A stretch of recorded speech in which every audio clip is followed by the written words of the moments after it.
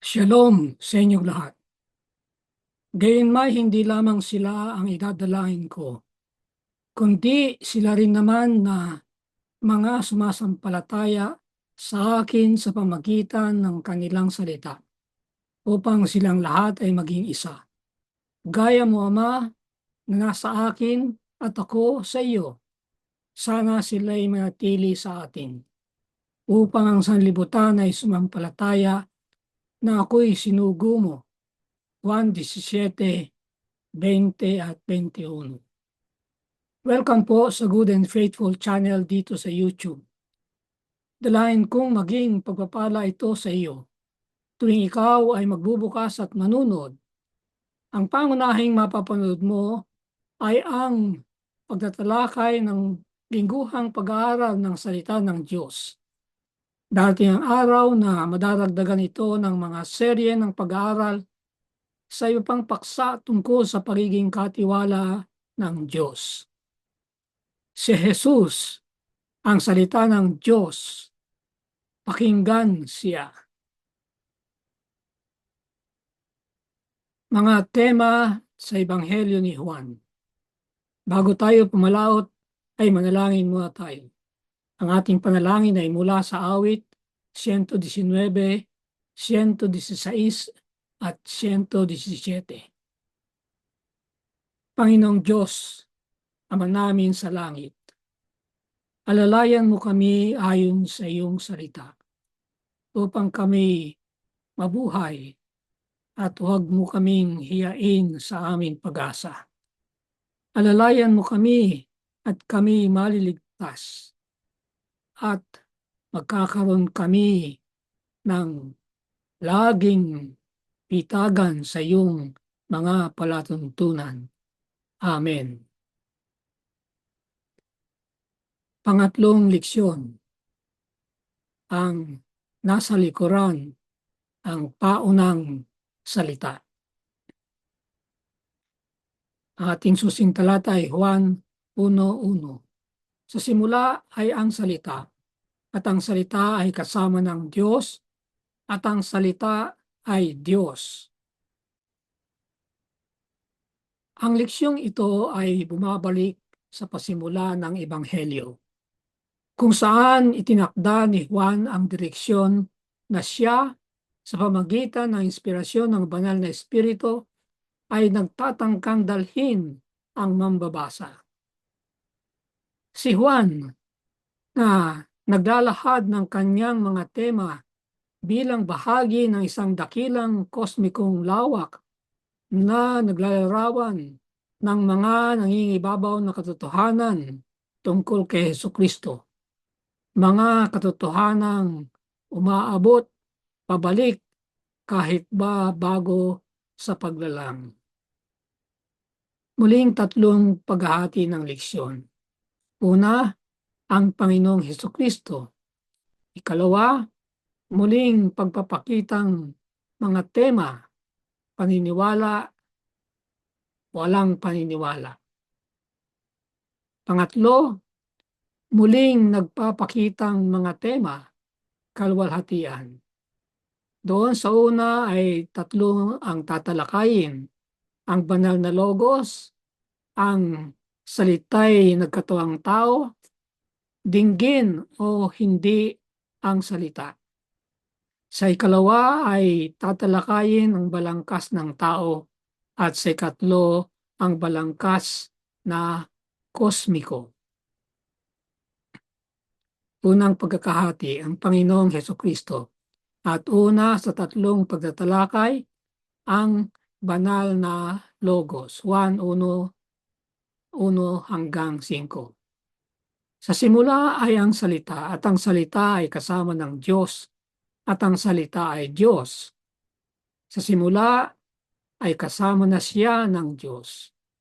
Lahat ng mga bagay ay ginawa sa pamagitan niya, at kung wala siya, ay hindi nagawa ang anumang bagay na ginawa. Nasa kanya ang buhay, at ang buhay ay siyang ilaw ng mga tao. Ang ilaw na lumiliwanag sa kadiliman, at ito'y hindi nagapi ng kadiliman. Sa pasimula ay ang salita. Ang Ebanghelyo ni Juan ay nagpapasimula sa gantong kahangahangang kaisipan. Sa simula ay ang salita. At ang salita ay kasama ng Diyos at ang salita ay Diyos. Pansinin na merong tatlong halagang katotohanan dito. Ang una ay sa simula ay salita. Ang ikalawa ay ang salita ay kasama ng Diyos. At ang ikatlo, ang salita ay Diyos. Itong isang magandang pangungusap ay naglalaman ng lalim ng kaisipan na bagya nating mauunawaan. Una, nagpapahiwatig ang ebanghelista sa kwento ng paglalang sa Henesis 1:1 ng pasimula. Ang salita ay naroon na bago ang pasimula ng sansinukob. Kaya nga, pinagtitibay ni Juan ang walang hanggang pag-iral ni Jesus. Ikalawa, ang salita ay kasama ng Diyos. Sa Juan 1:18, nagpapahiwatig si Juan na siya ay nasa sinapupunan ng Ama. Gaano man natin sikaping isipin ang ganap na kahulugan nito, isa ang tiyak. Si Jesus at ang Ama ay buong lapit na matalik. Ikatlo, at ang salita ay Diyos. Ngunit paanong ang salita ay kasama ng Diyos at gayon din ay Diyos? Ang kasagutan ay masusumpungan sa Grego. Ang Grego ay may tiyak na pantukoy. Ang salitang ang na nakaturo sa pagiging katangi-tangi, mga partikular na mga bagay o persona. May tinutukoy na bagay na tiyak. Sinabing pagka ang salita ay merong ang. Sa pangungusap na ang salita ay kasama ng Diyos, ang terminong Diyos ay merong tiyak na pantukoy. Kaya nakaturo sa isang partikular na individual, ang Ama. Kasi ang Diyos di partikular yon, kaya yon ay ang Ama. Hindi basta't kung sinong Diyos, kundi ang Ama. At ang salita ay kasama ng Ama. Sa pangungusap na at ang salita ay Diyos, ang terminong Diyos ay walang pantukoy na sa sitwasyong ito ay nakaturo sa mga katangian ng pagka-Diyos. Si Jesus ay Diyos, hindi ang Ama. Ngunit siya rin ang banal na anak ng Diyos. Siya ang ikalawang persona sa kadyusan. Si Jesus ang manlalalang.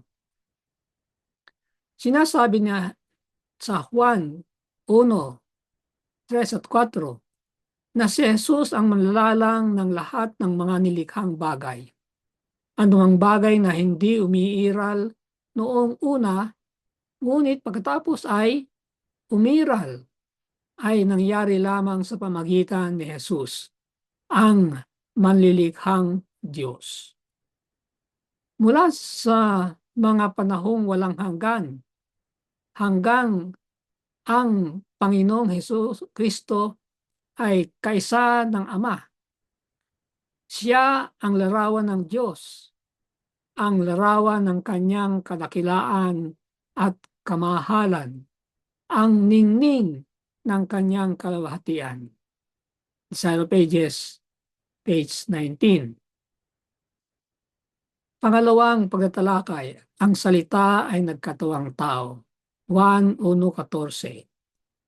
At naging tao ang salita at tumahang kasama namin at nakita namin ang kanyang kalwalatiang gaya ng sa tanging anak ng Ama, puspos ng biyaya at katotohanan. Ang Logos ayon sa mga pilosopo.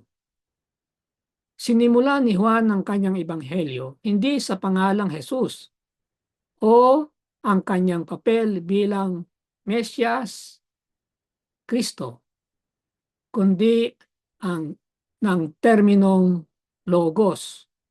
Sa mga panahong sumulat si Juan, sari-saring pilosopiya ang gumamit ng terminong Logos upang tumukoy sa makatwirang estruktura ng sansinukob o tumutukoy sa ideya ng lohika at mismong pangangatwiran, hindi isang tao, kundi isang isipan. Ang ma-impluensyang matandang pilosopong si Plato ay humati ng realidad sa dalawang dako.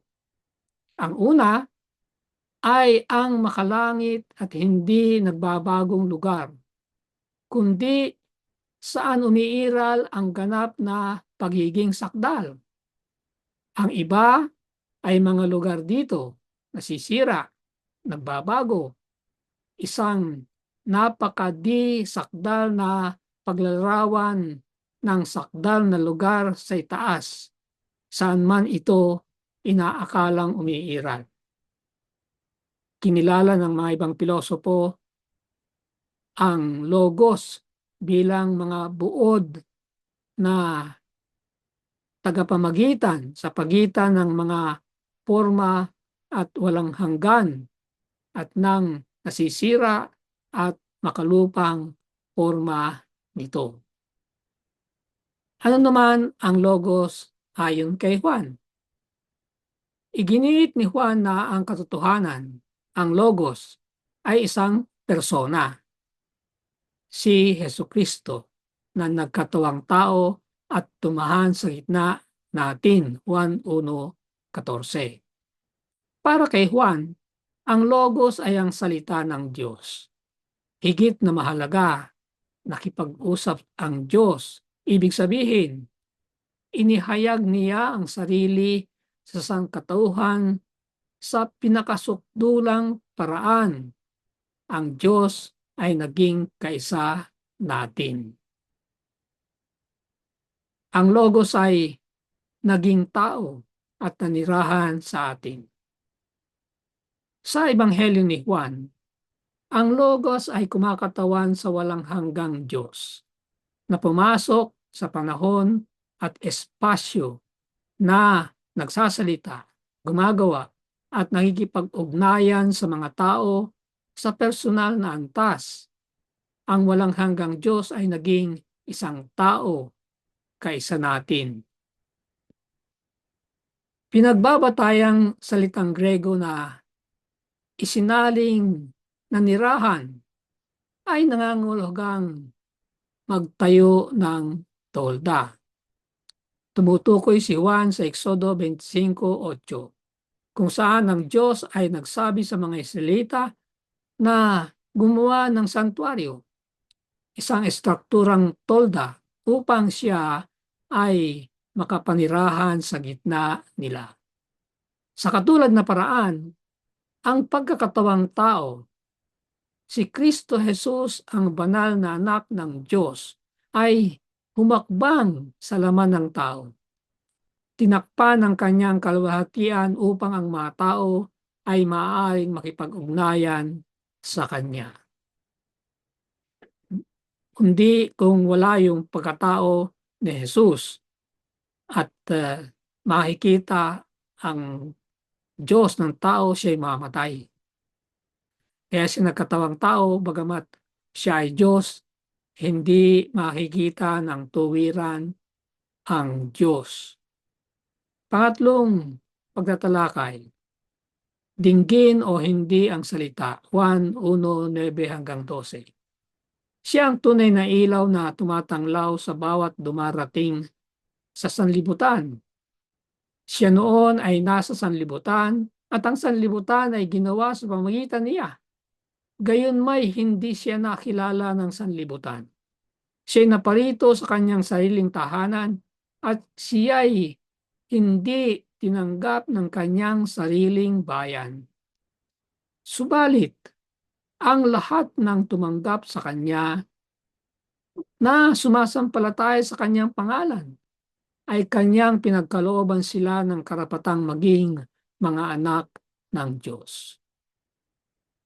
Ang paunang salita, Juan 1:1-18, ay naglalarawan hindi lamang kung sino si Jesucristo, ang salita o logos, kundi gayon din kung paano ang mga tao sa sanlibutan ay nakiugnay sa Kanya. Ang tunay na ilaw. Sa Juan 1:9, tinawag siyang ang tunay na ilaw na nililiwanagan ng bawat tao na dumarating sa mundo. Nililiwanagan ng ilaw na iyon ang mundo. Ginagawa itong nakakaunawa. Iyon ang ibig sabihin ng nililinawan. Dahilan sa ilaw, sa liwanag, ay nakakaunawa. Ang mga nasa dilim ay hindi makakita ng liwanag o ng katotohanan. Kaya nga siya ang ilaw ng sanlibutan. Ang liwanag ay dumarating sa bawat isa, ngunit hindi lahat ay tumatanggap ng malugod ang liwanag. Gaya ng nakikita natin sa pag-aaral bukas. Isang pangunahing tema sa Ebanghelyo ni Juan ay kung paano tinanggap o tinanggihan ng mga tao si Jesus. Ang temang yon ay nagsisimula dito sa ating pag-aaral ngayon. Ang malungkot na litanya ay na ang Mesyas ay naparito sa sarili niyang bayan, ang bayan ng Israel. At marami ay hindi tumanggap sa kanya bilang ang Mesyas. Mali kasi ang pagkaunawa nila kung ano ang gagawin ng Mesyas. Nung hindi nila makita na gagawin ng Panginoong Hesus yung iniisip nilang gagawin ng Mesyas, tinanggihan nila siya na ang Mesyas. Pagtanggi sa ilaw. Sa Roma 9:11, pinakitunguhan ang kaparehong nakapanlulunos na tema na maraming mga Hudyo ang tumanggi kay Jesus. Ngunit hindi ito nagtatapos sa isang negatibong tala. Nagsasabing maraming mga Hudyo kasama ang mga Hintil ay tatanggap kay Jesus bilang kanilang Mesyas. Ito yung makikita natin sa mga gawa, sa buong mga gawa, lalong-lalo na yung unang bahagi pagkatapos ng pagbaba ng banal na espiritu sa Pentecostes. Tunay nga, ang kanyang binabalaan ang mga Hintil na huwag magyabang laban sa mga Hudyo.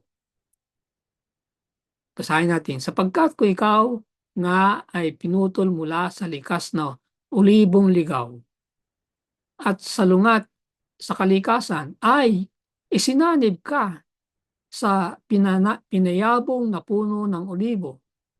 Gaano pa nga ang mga ito na mga likas na sanga na maisasanib sa kanilang sariling punong olibo? Kaya nga, hindi may pagyayabang ng mga Hintil. Kasi maligaw na olibo sila eh. Hindi may hahambing dun sa talagang olibo. Relasyon ng paunang salita at ang konklusyon. Sa Juan 20:31, ipinapakita ng apostol kung bakit siya sumulat. upang kayo ay manampalataya na si Jesucristo ay siyang Kristo, ang anak ng Diyos, at na sa pamagitan ng pagsampalataya ay magkakaroon kayo ng buhay sa kanyang pangalan.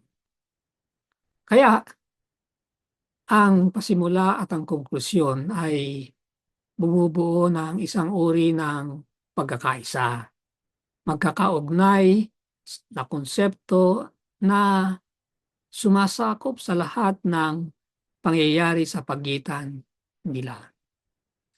Yung prologo o yung paon ng salita na ngayon ay pinag-aaralan natin at yung konklusyon sa dulo ng aklat na Juan ay napakahalaga.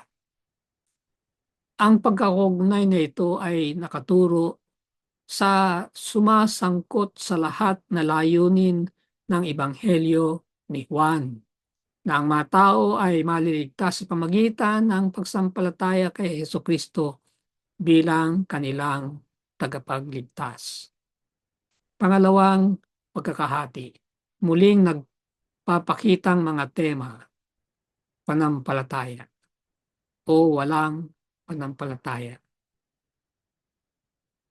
Ang balangkas ng tao, Juan 3:18. Ang sumampalataya sa kanya ay hindi hinahatulan. Ngunit ang hindi sumasampalataya ay hinatulan na, sapagkat hindi siya sumasampalataya sa pangalan ng tanging anak ng Diyos. Ang hindi nila pagsampalataya ay nangangahulugan na may kahatulan na sa kanila. Dalawa ang sumasakop sa lahat ng grupo. Sa ebanghelyong ito, ang sangkatauhan ay parang nahati sa dalawang sumasakop sa lahat na grupo. Yung naniniwala kay Jesus at tumatanggap sa kanya bilang ang Mesyas, at yung may pagkakataong maniwala, pinipiling hindi maniwala. So, yung dalawang yun ay yung naniniwala at hindi naniniwala. 11 sa mga alagad, si Nicodemo, ang babae sa balon, ang lalaking ipinanganak na bulag ay nasa unang grupo. Mga sampol yan ng mga nasa unang grupo. Sa pangalawang grupo ay ang mga Fariseo, punong pari, si Judas, at sama na ang mga taong pinakain sa isang 5,000 na nakita natin na nakaraan. Ang Gregong pangalan, pistis, at ang pandiwang pisteo. Ang pangalang pistis, Grego para sa salitang panampalataya, paniniwala, ay hindi lumilitaw sa ebanghelyong ito. So wala sa Juan yan. Hindi ginamit ni Juan ang salitang pistis. Gayunman, ang pandiwang pisteo, maniwala, ay lumilitaw na 78 beses. Marami sa buong aklat ng Juan. Pirmiya, 98 times. Bagamat wala yung pistis, ang pisteo ay maraming beses. Kung ihambing natin ang pagkakagamit na 78 ay sa 2,241 beses na ginamit sa buong tipan, ay makikita natin na napakalaking bahagi ng bilang ang pagkakagamit sa aklat ni Juan. Nagpapakita lamang sa atin na napakahalaga ng salitang ito.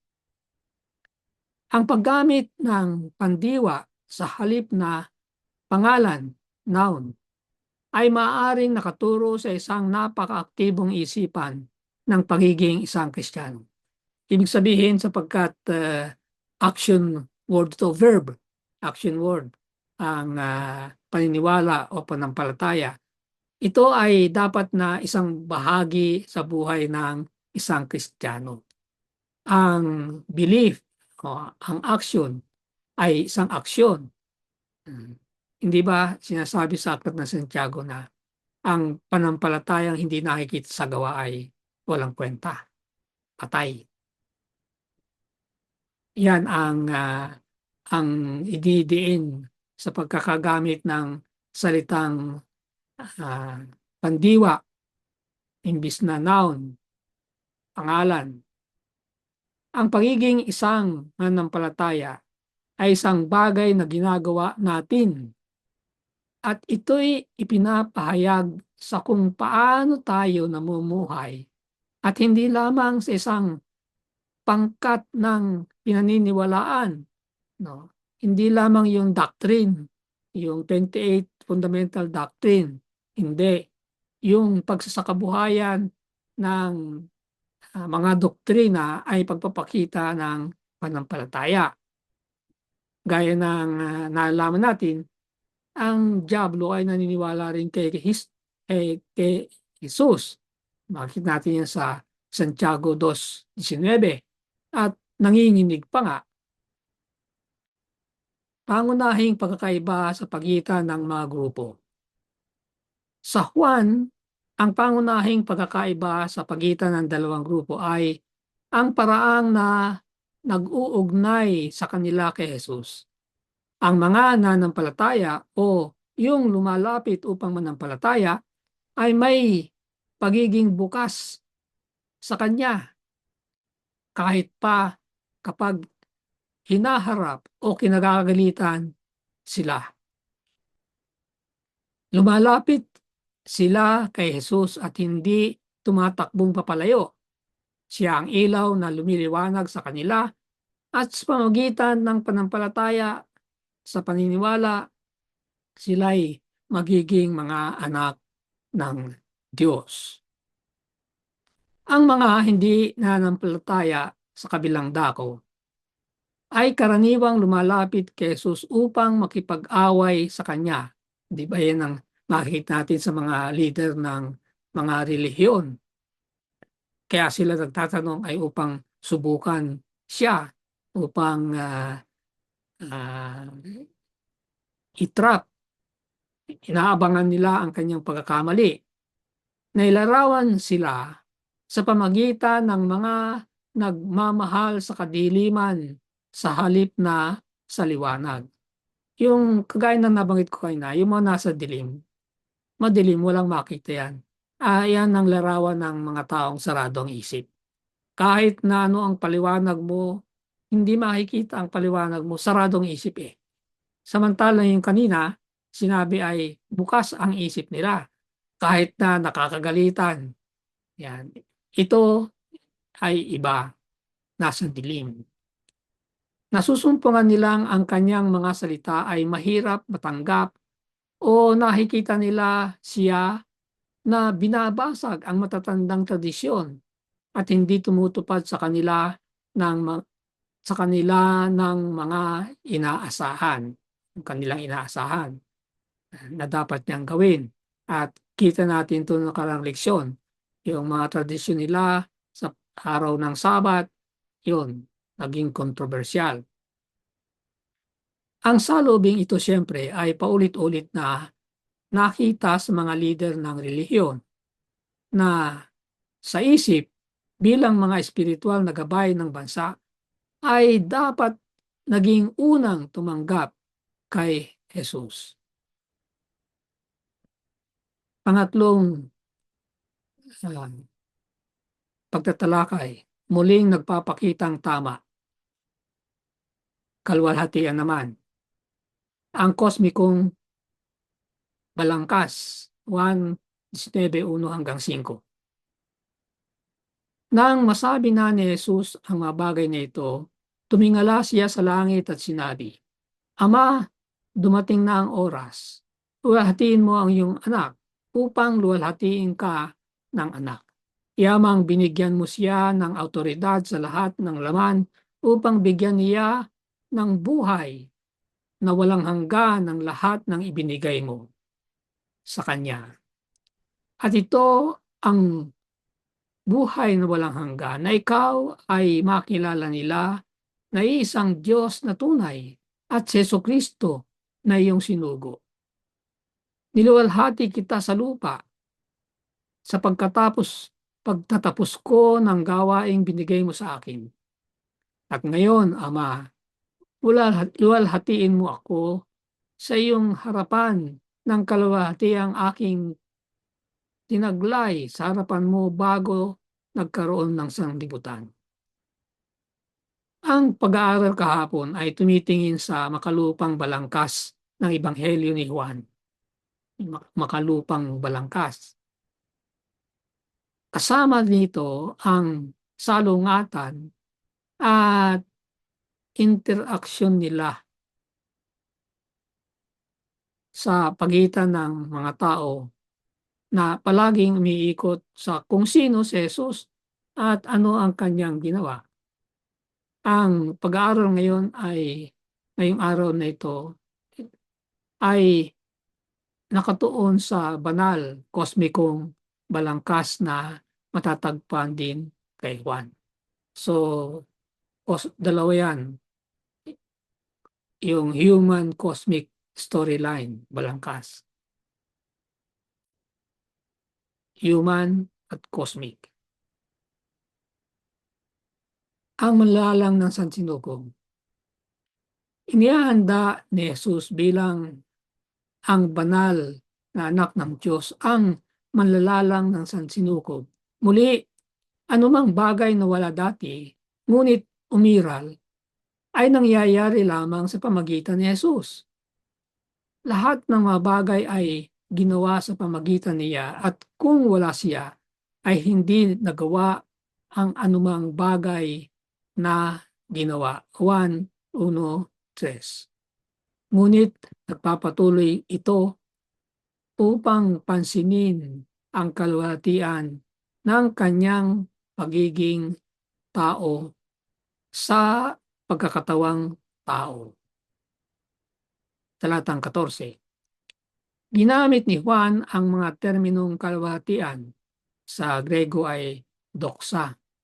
Ibig sabihin ay kaliwanagan, kaningningan, kasikatan, karangalan. At luwalhatiin. Sa Grego naman ay doxazo. Purihin, parangalan, itaas, luwalhatiin. Upang sabihin ang dalawang pagtanggap ng parangal mula sa mga tao at pagtanggap ng parangal o luwalhati mula sa Diyos. Yung dalawang salitang Grego niyan ay yung una ay pagbibigay ng luwalhati o parangal mula sa tao. Yung ikalawa naman ay parangal o luwalhati mula sa kanyang ama. Niluwalhati si Jesus. Sa Juan, ang ideya ng pagluwalhati kay Jesus ay kaugnay sa konsepto ng kanyang oras. Ibig sabihin, ang oras ng kanyang kamatayan. Naalala ninyo yung nakaraang leksyon ng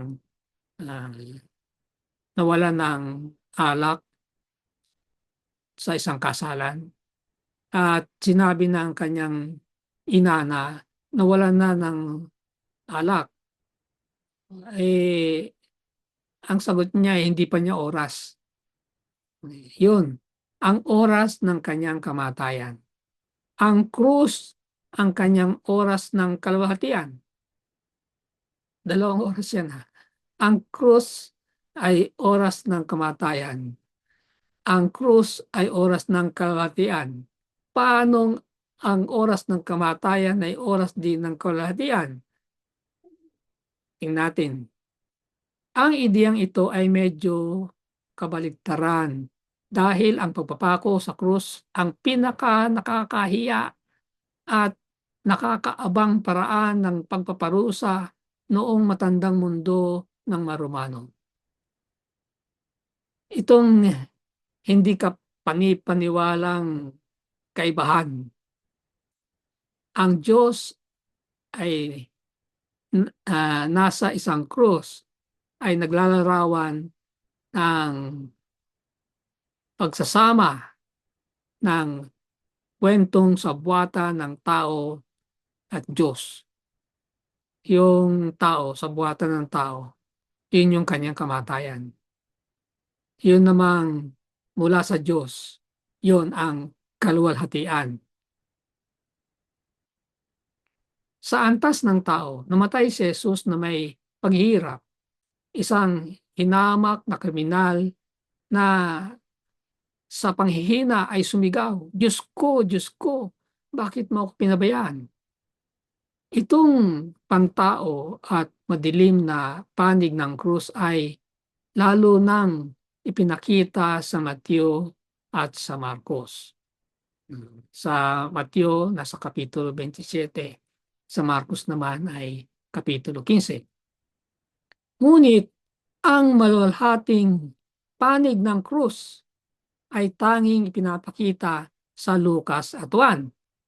Lucas 23 at Juan 19. Ito ay isang lugar ng kaligtasan, ng kaawaan, at kung saan ang anak ng Diyos ay binigay ang kanyang sarili sa kanyang ama. Gaano ngang kabalintunaan ang pinakadakilang kaluwalhatian ng Diyos ay nahayag sa kanyang pinakadakilang kahihiyan. Pagpapasan ng mga kasalanan ng mundo sa kanyang sarili. Yun ang pagkakaiba kung bakit ang krus ay isang kahihiyan pero sa tao. Pero sa Diyos ito ay isang kaluwalhatian. Dahil dito ay nakita ang dakilang pag-ibig ng Ama. Yung antas ng pag-ibig na lamang. Gayon na lamang ang pag-ibig ng Diyos na ibinigay niya ang kanyang anak. Harapin ang kahihiyan ng krus upang makita ang kaluwalhatian ng Ama. Huling salita. May liwanag at kaluwalhatian sa katotohanang si Kristo ay kaisa ng Ama bago na ilagay ang pundasyon ng sanlibutan. Ito ang liwanag na nagniningning sa madilim na lugar. Ginagawa itong makinang na may banal at katotohanang kaluwalhatian.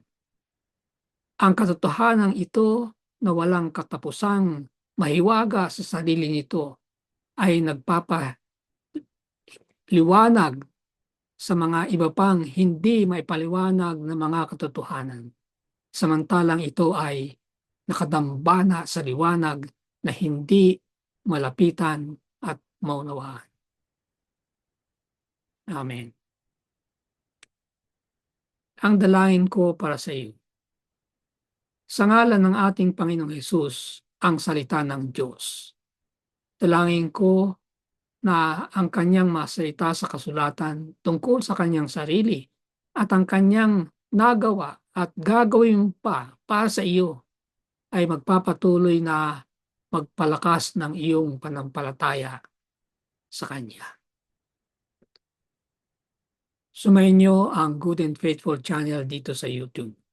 Ako'y nagpapasalamat sa mga taong tumutulong na makarating ito sa kaalaman ng marami pa. Pagpalain nawa sila ng Diyos. Malaki ang iyong magiging bahagi sa ministeryong ito kung ikaw ay magsusubscribe kung hindi pa. At kung naging pagpapala ito sa iyo ay mag-share at mag-like. I-click na rin ang notification bell upang kagad ay maalaman mo kapag may bagong video. Ang PowerPoint presentation ay may da-download mo rin mula sa aking Facebook account. Maraming salamat. Magkita tayo sa susunod na linggo.